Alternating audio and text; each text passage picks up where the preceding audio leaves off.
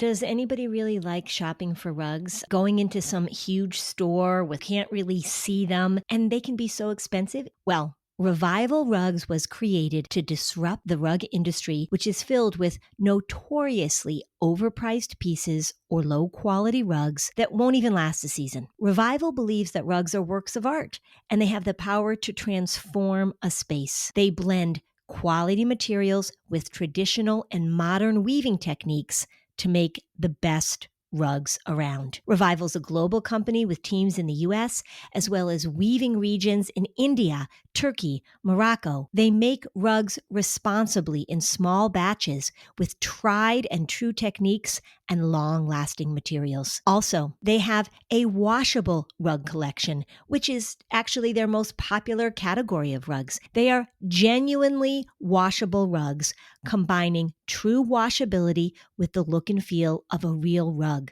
so you don't have to sacrifice style for convenience. I recently purchased an incredibly beautiful 8x10 rug. It looks fabulous in my dining room. And you know, my son just bought a house and they got one for their bedroom. They brought it into their new house and it just totally transformed the space. So visit revivalrugs.com/Fluster and use code Fluster20 for 20% off your first order. Once again, that's revivalrugs.com/Fluster and use code Fluster20. One more time, revivalrugs.com/FLUSTER with code Fluster20 to save 20% off. And the catastrophic parent is always going to take the path of, oh my gosh, this is horrible, this is catastrophic. And what we want is to give parents enough information so that they can begin to internalize this idea that kids develop in all sorts of ways and that a lot is normal and that we don't have to catastrophize.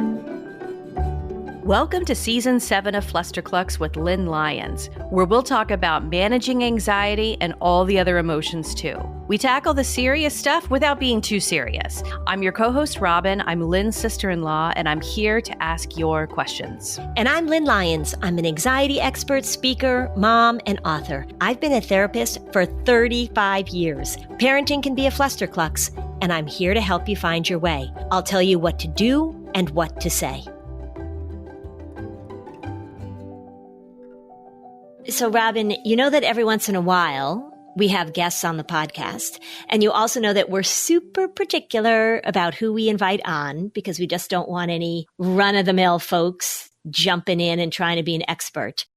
You are in for a treat today because I have become friends. I think we can say we're friends, right, Jessica? Would you say that we're friends? Absolutely. Okay. I've become friends with Jessica Hochman. She is a pediatrician in California. I routinely reference podcast episodes that Jessica puts out. Her podcast is called Ask Dr. Jessica.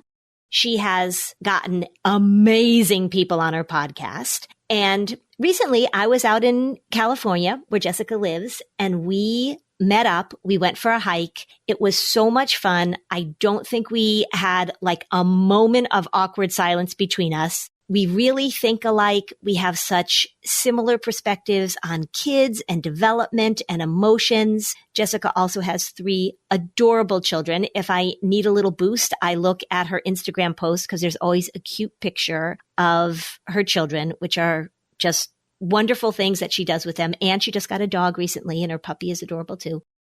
Jessica, we wanted you on the podcast. I really wanted you on the podcast because you are dealing with mental health issues on a regular basis from a different perspective. As a pediatrician. I just thought it would be a great opportunity for us to talk about what you're dealing with, how the system is working, how it's not working, what are the challenges that you're having, and maybe help us with all the parents that listen to the podcast, help us get some good, solid information about what's okay, because that's really probably what you spend a lot of time doing with parents. Absolutely. Jessica, it's so great to meet you. And why don't you start by telling us a little bit more about your podcast?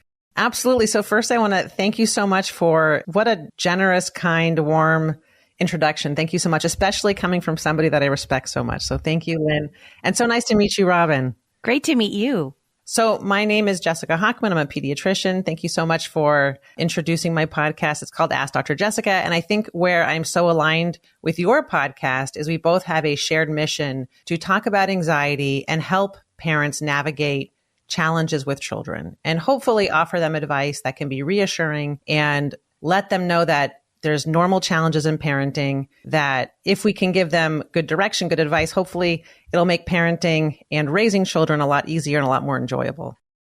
That's really the crux of my podcast, is to give parents quality information that hopefully lets them feel reassured and move forward with life. Yeah. And you talk about so many great things. Like you've had guests on talking about kids' relationships with food and sleep and poop. Gosh, I mean, you probably have a gazillion, right? Acne and potty training and all that stuff. You had Lenore Skenazy. Yeah, it hasn't been released yet, but it'll come on soon. She's amazing. Yeah. Lenore Skenazy, who is free range parenting. Yeah. Just so many great topics. Jessica, one of the things I think is interesting just from your perspective of anxiety is that I recall being a parent of those early newborn days where you then go meet with your pediatrician and you check in. And I would say that most listeners would agree with this, that the relationship you establish with your pediatrician, especially as a first-time parent, is somewhat of an unprecedented medical relationship because you go in with a vulnerability of seeking the pediatrician to tap you on the head and go, "You're doing a good job." It's a very raw time. And I remember wanting my pediatrician to just validate that I wasn't killing my child in a way that just never go to a doctor's appointment with such a heavy load. And so you see people kind of at their most raw. That's how your patient relationships start. When you get a parent who's really coming in and chill, you're like, well, that was refreshing. Honestly, one of the things that I love about my job is because parents come to me and I can talk to them and they're as you mentioned, they are looking for reassurance and validation. And I love that I can be that role because truthfully, what I see with kids is all the concerns that parents typically have. Will my child gain weight? Are they going to learn to sleep? Will they love me? All of these things honestly do work themselves out. So it's such a special role that I get to be very reassuring and very confident that things are going to work out. I feel very lucky because I really get a chance to bond with so many wonderful families. And I've been doing this long enough that a lot of the families, like when I start my day today, it's Monday. Most of the families on my schedule, I already checked. I've known them for years and years. And those first couple of years are very bonding years. So it's almost like most of the time I walk into a room, I'm seeing old friends. And so it's a really wonderful, I really don't take my job for granted. I'm very appreciative of the role that I get to play in families' lives. And also, you work with your dad. I do. Did you know that, Robin? She's in practice with her dad, who's also a pediatrician. Oh, I love that. Isn't that so cool? It is. I'm very lucky. I'm very fortunate. I really try never to take it for granted. My dad and I have been working together for almost 13 years. I learn a lot from him. I'm very lucky because I don't want to say he's old school, but he has a big perspective. He knows things are going to work out. He doesn't rush to do tests. He doesn't rush to advise interventions with families because he has such a good perspective. My husband always said, I really like that our pediatrician's a little long in the tooth. Yeah. Like his line is frequently to families, he'll say, I've been practicing for 42 years and every kid I've ever had has always gained weight. Oh, see, I mean, that's the kind of stuff that you just have this perspective. I mean, I have been doing this for 34 years and I will say like my cynicism is earned, which is not as nice as what your dad says, but I feel like I just have a big picture. What is it like for you to work with a brand new wet behind the ears pediatrician? Do you see them as more? They're not as confident. So I would say, for example, if a child has a cough, my dad is much more confident when he listens to the lungs and he says, you know what, they don't need a chest x-ray. Let's give it 2-3 days. Call me if there's, he'll tell parents what to look for, when to call him. He's a lot more relaxed and a lot more reassuring. And I think that goes a long way with families. Where newer pediatricians, I find, are a lot quicker to intervene, test, get that chest x-ray, get that blood work, which, yes, sometimes that's valid and warranted, of course. But I think I learn a lot from my dad's approach to be, once you have the confidence and the skills to know when to worry, what to look for, I think it's helpful on both fronts for the pediatrician and for the families. I think it would be really hard to have an anxious pediatrician. And I'm sure that there are some out there. It would be sort of like having an anxious midwife. Yes. No, I think there are a lot of anxious pediatricians. There's a lot of anxious people. Yeah, that's true. The odds are. I remember I had this pediatrician that I loved. Pediatrician was a boy and I was a girl. And he had sons and I had sons. He was about my age, actually. I went to go see him. I found him to be just sort of like so calm, just his demeanor. And my insurance changed. And they said, you're no longer covered for pediatrician A. You have to go to pediatrician B. I went to go see pediatrician B. Within 2 minutes, I knew I would never go back. And I paid out of pocket to see pediatrician A because pediatrician B was so uptight. Yeah, we exist. Yes. And I find too, there's a lot of maybe not so anxious, but there's a lot of serious pediatricians. And I think for families, being a little more lighthearted, adding some laughter, joking every once in a while, that actually breaks the seriousness of the visits and parents actually appreciate it. And I think that comes with experience, knowing that it's okay to be a little lighthearted and joke. I don't want to say joke, but yeah, but that's what I say all the time because anxiety hates a sense of humor. So my job is to be able to give people permission to inject that into what can be a pretty serious thing, right? Oh, I love that. What I also love, Jessica, is not only does your father have professional experience, but I love that he modeled for you how to enjoy your job more. Yes, no, absolutely. He's a role model in multiple ways. He always reminds me the value of follow-up. So we talk a lot about that. If a family's worried, it goes a long way to call a family and check in the next day.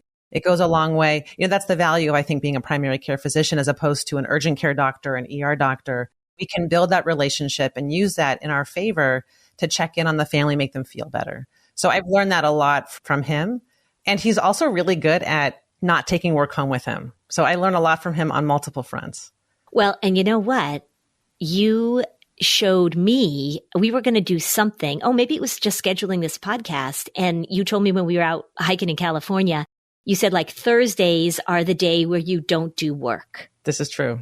Yeah. Robin, she has a day where she doesn't do work. Does not compute. It's my kid day. It's the day I drive the kids to school. I take them to after school activities. I get life, quote unquote, life activities done. Yeah. And I think we went hiking on that day because you weren't working. Yes. Yes. A lot of people notice that I do a lot more Instagram posts on a Thursday because that's usually when I'm out and about. When we come back, let's get into it. Okay. Okay, the average American family spends over $3,000 a year on dining out. That's a lot of money. I'm going to tell you, I don't love eating out. I just don't. And I really want to eat at home with healthy food and healthy cookware. That's where Caraway comes in. Caraway products give you peace of mind knowing that you are not exposing yourself to harmful chemicals or microplastics. They have ceramic cookware. They have cutting boards that are made entirely of birch, no microplastics. Their stainless steel cookware does not include potentially toxic materials like PFOA, PTFE, and other PFAs, lead, cadmium, and other toxic materials. If you've been eyeing their internet famous 12-piece cookware set, now is the perfect time to buy. You can shop Caraway risk-free. Enjoy fast free shipping, easy returns, and a 30-day trial. Plus, if you visit carawayhome.com/fluster, you can take an additional 10% off your next purchase. This deal is exclusive for our listeners. So visit carawayhome.com/fluster or use code FLUSTER at checkout. Caraway, non-toxic cookware made modern. Hey, I just got my new Lisa mattress, and I haven't had a new mattress in a long time, but I've definitely slept on great mattresses, and this is a great mattress. I needed a new one, and boy, it is making such a difference. Lisa has several different mattresses and models to choose from. They're each designed for specific sleep positions and feel preferences. They use the highest quality materials. Delivery is free. Returns are easy. You have 100 nights to try out your mattress. I didn't need 100 nights. I needed one night. I mean, really, such a good quality sleep. So go to lisa.com for 30% off mattresses, plus get an extra $50 off with promo code Flusterclux. That's exclusive for our listeners. That's LEESA.com, promo code Flusterclux for 30% off mattresses plus an extra $50 off. Lisa.com, promo code Flusterclux. Remember, no matter who you are, there's a Lisa just for you. Okay, summer's in full swing. That means that you want some new stuff in your closet, right? Of course you do. I don't want you to waste your money on things that you're only going to wear a few times or cheap material that doesn't hold up. Quince has amazing choices at great prices. I have this short sleeve silk tee that I've worn for work. It's amazing. And then I just got some great V-neck cotton t-shirts. The material is awesome. They hold up in the wash. I'm going to a wedding in October. They've got so many dresses for great prices.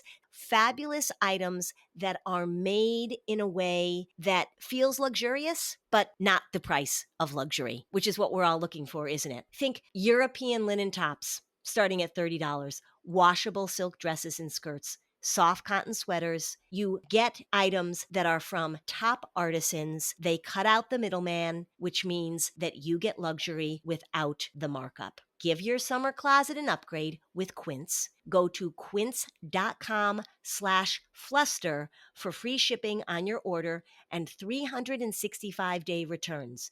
That's QUINCE.com/fluster to get free shipping and 365-day returns. Quince.com/fluster.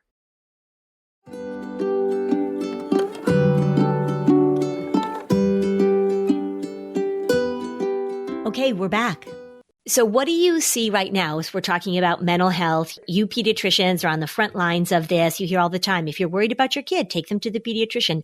What are you seeing that's different in the last few years in terms of the challenges of being a pediatrician asked to take on this role? Such a great question. I think there are multiple things that come to mind.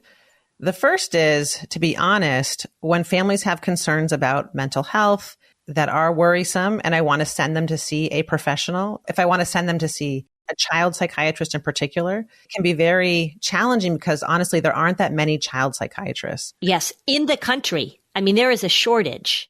There is a shortage. Yeah. You guys have a ton more in California than we have in New Hampshire, but nationwide, there's a shortage. Interesting that you brought up psychiatry as a referral, because would that really be your first line versus therapy, if possible? No, that's a great point. It actually isn't. My first line really is to see a therapist. But I find that a lot of families come to me sometimes because they want to talk about a medication. And we know therapists don't prescribe medication, psychiatrists do. So if they do want to see a child psychiatrist, not only is it hard to find a psychiatrist in general, it's hard to find a child psychiatrist. And then it's really hard to find a child psychiatrist that takes insurance. And seeing child psychiatrists that don't take insurance can be very, very costly for families. And honestly, most of the time cost prohibitive. And oftentimes it's hard to find a child psychiatrist that meets all of those criteria and also says, I don't think your child needs medication. This is true. This is unfortunately true in my view.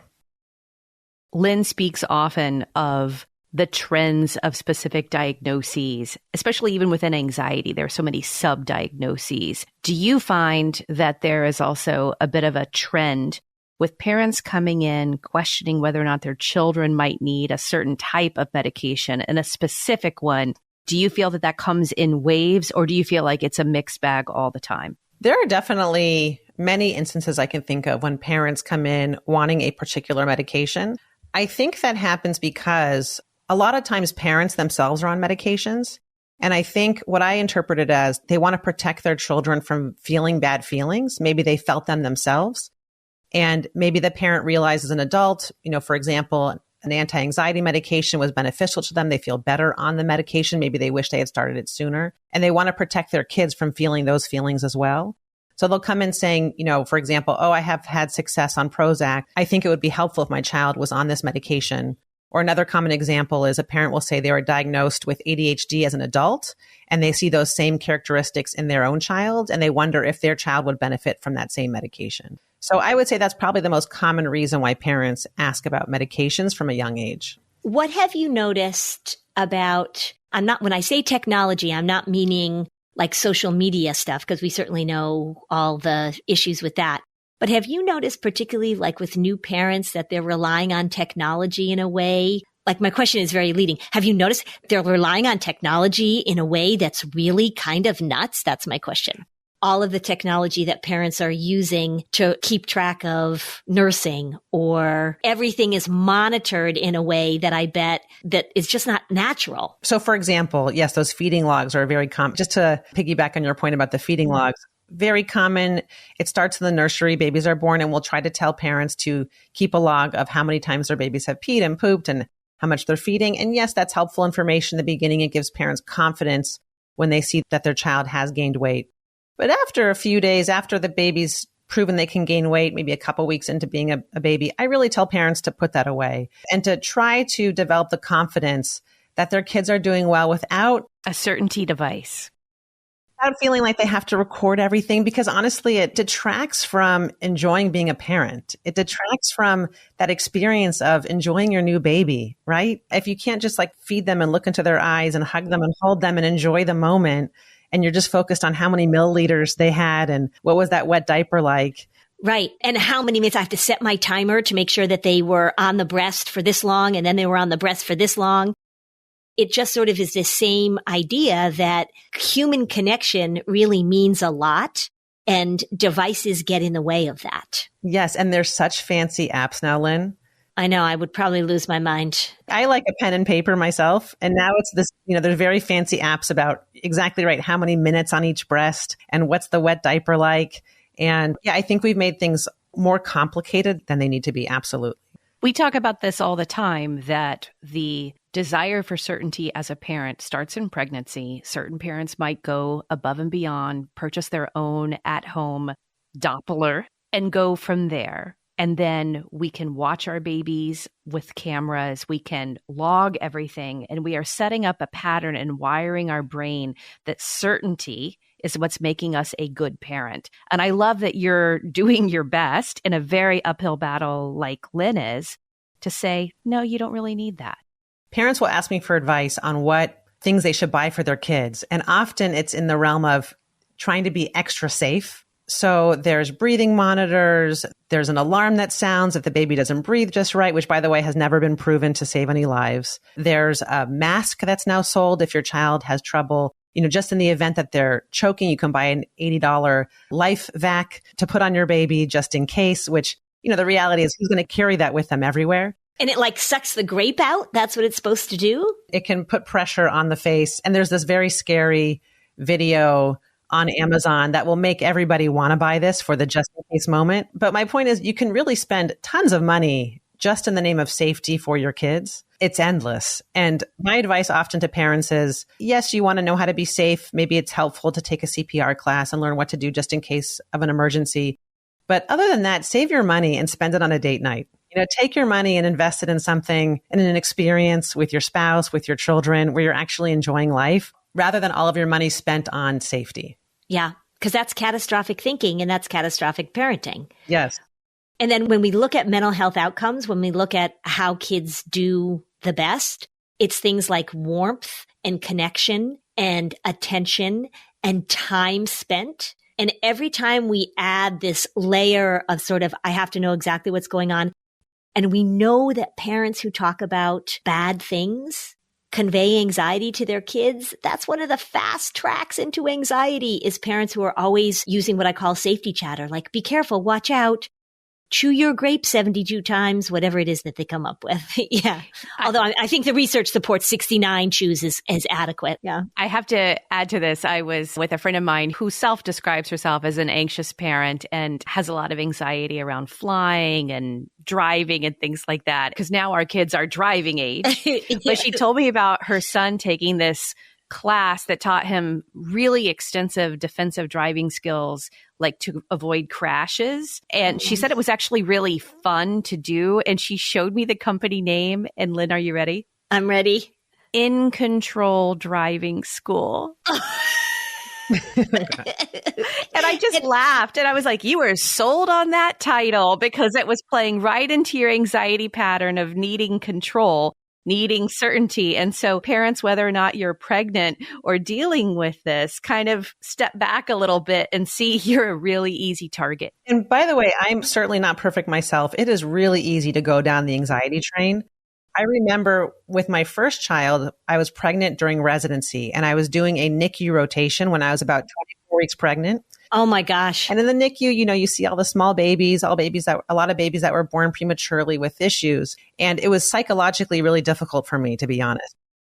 I remember being 24 weeks pregnant, and here in the NICU, there were babies that were about 24 weeks and they'd have issues with their brain or, terrible, really rare issues. But nevertheless, I was around it, so I couldn't help but think about it myself. And I remember talking to my dad and he said, listen, if you let your worrying get the better of you now, parenting is a really long road and that worrying will never stop. He's like, really try to assume the best, think the best, imagine the best outcomes, because otherwise, he goes, you'd be in college and I was still worrying about you. It's really easy to worry about your kids from the beginning all the way through into adulthood and even beyond adulthood if you let yourself. Yeah. I always say nobody has ever, when something bad does happen, right? I use this example a lot. You're really worried that you're going to get cancer. You go and get full body PET scans. You read everything you can. You're researching. And then if you get diagnosed with cancer, you don't go, oh my gosh, I'm so glad I worried for 10 years because this day is so easy now that I worried. And it's the same with our kids, right? Things happen. You do have to make a conscious decision to not let worry pull you down that path. I think that is so true. And it's so helpful to recognize that worrying doesn't really, I think a lot of people worry because they think it'll prepare them for the day. Right. It doesn't. It doesn't.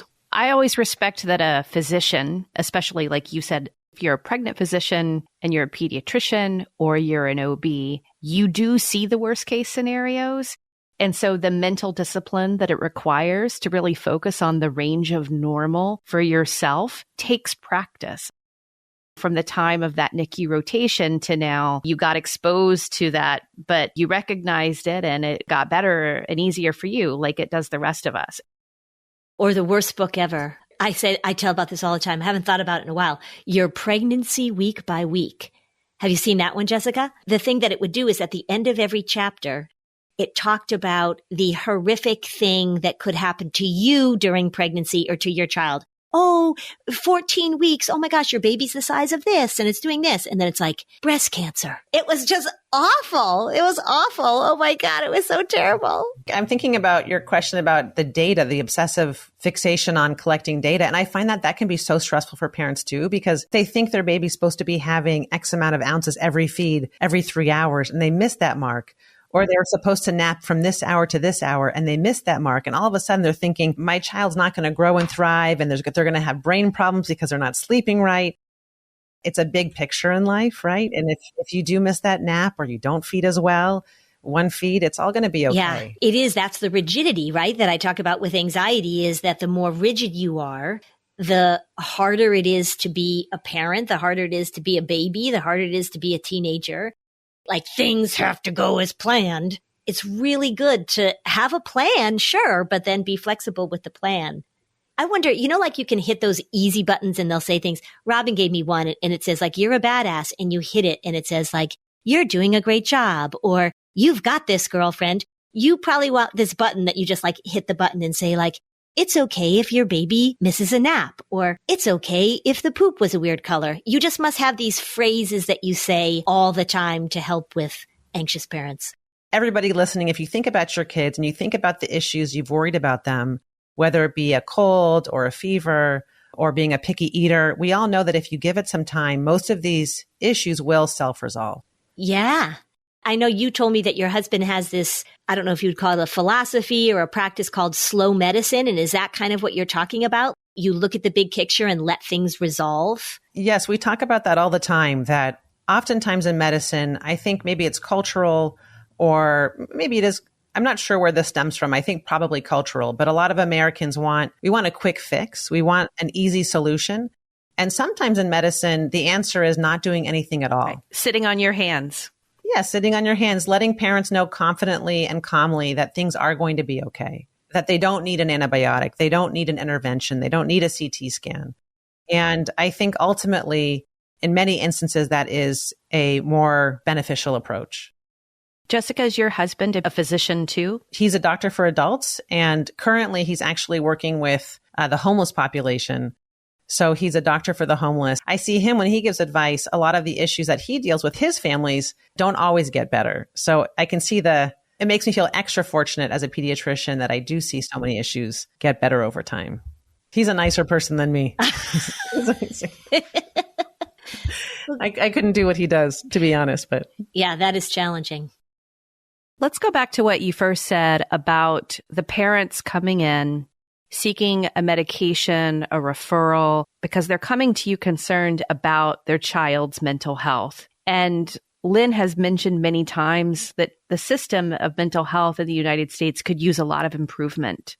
You also have a very interesting view of its problems. What would you like to say from your perspective as a pediatrician that you see happen that you wish didn't, and what you'd like to see happen? I think the tricky thing for me is one, access. So I find a lot of parents have trouble finding therapists. If they want to find a therapist, it's tricky for them to find someone that they're a match with, that they have confidence in, that they click with, so to speak. And so what I'm finding as a difference from my perspective as a pediatrician is I have been treating myself a lot more mental illness than I used to when I first started practicing. So that's been tricky because I'm not a therapist. I can give advice and I think I can help parents to an extent, but I think access is a problem.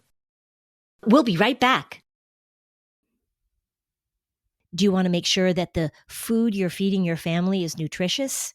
You do. Wild Alaskan Company is the best way to get wild-caught, perfectly proportioned, nutrient-dense seafood delivered directly to your door. You haven't tasted fish this good. When I got my first box from the Wild Alaskan Company, I opened it up. Here are all of these amazing portioned servings of salmon, halibut. I actually just cooked the salmon with a little bit of salt and pepper and then maybe a little bit of soy sauce. It was fantastic. My husband and I loved it.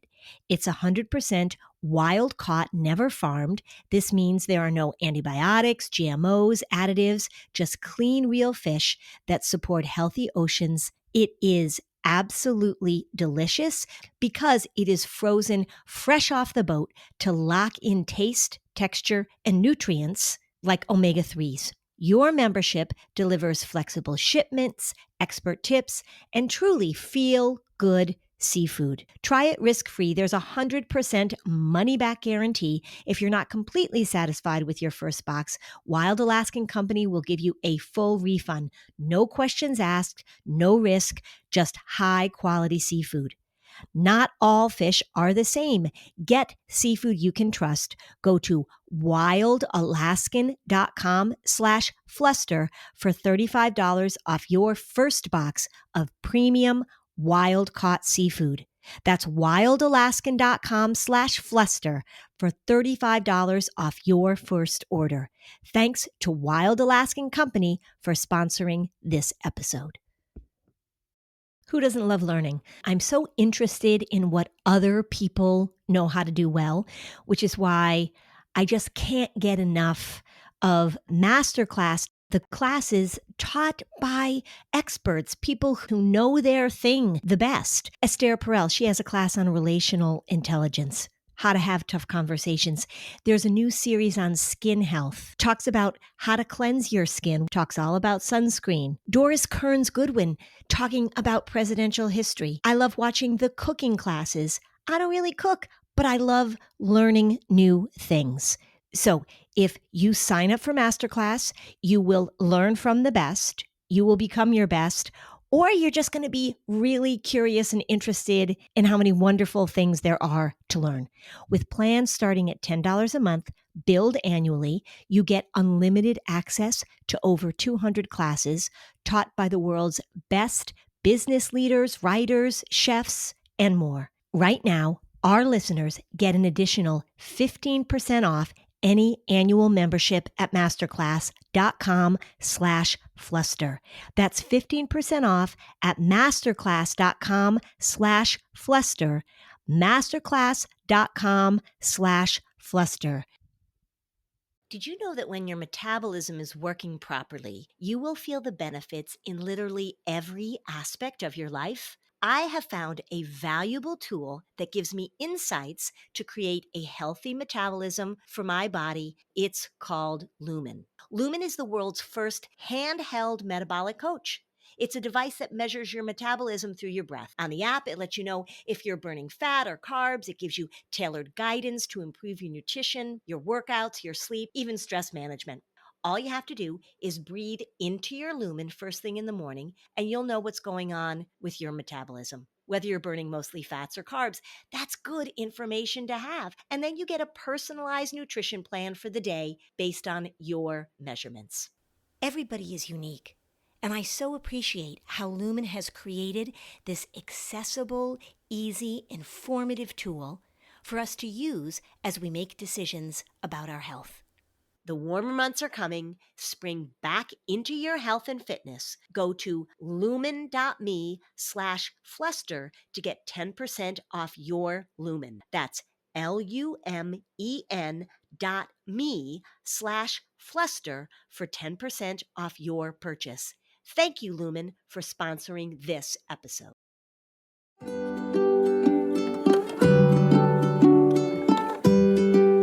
Okay, so now back to the show. And what about, do you see a lot of the self-diagnosing stuff going on? Do you see parents and teenagers and stuff coming in and they've already decided that their kid has this, or the teenager has already decided that they have this? Lynn, I can't say absolutely enough times. I mean, absolutely. All the time. I mean, I think that's part of the problem is that, yes, of course, there are a lot of kids with serious issues where they need help and attention. But a lot of times families come to me and they're worried that their kids have issues that, to be honest, I find are just normal kid stuff that doesn't necessarily need the help of a professional. And so often I try to give parents the message that they can do this. They can get through this situation with their kids without a professional. I want parents to feel the confidence that they can do it on their own, that they can trust their own intuition. Why don't you give some examples of that? Okay. Oh, gosh. So I have a lot of kids that have, I call them funny behaviors, funny kid behaviors. A lot of kids are particular about the clothes that they wear. A lot of kids, they'll nail bite or they'll pull their hair or they'll scratch their scabs. And parents Google it and they're convinced that their child has sensory processing disorder or they're convinced that their child has OCD. Oftentimes I'll tell parents, why don't we just, strategize with them on how to help lessen those behaviors, maybe offer some tips like distraction or a reward if they don't do the behavior. Don't make them wear a wool sweater if they don't want to. Yeah, absolutely. It's okay to cut the tags. It's okay. It's some of these things I try not to make a big deal out of, not to over pathologize. And I think it's too easy to over pathologize. And I find the better strategy is just to ignore many of the times. Like I think about, not to throw my sister as an example here, but she was a funny kid. She had a lot of particular funny behaviors and odysseys that I think nowadays she would be labeled as something. And now to my parents' credit, they were really good at ignoring the behavior, moving on, telling her she was okay. A lot of ignoring the behavior, I would say. And now she's a functional adult with kids and a job. Yeah, right. She had to wear 10 purses a day. She wore the same outfit every day, 10 days in a row. And she's all right now. Yeah, she's all right. Thank God that there wasn't Google then, but she's okay. And I think also that the environment that we live in with parenting right now is so unbelievably judgmental. Well, there's two things going on. It's fear-based, right? There's something wrong with my kid, and it's very judgmental. I'm going to miss something and people are going to think I'm a bad parent.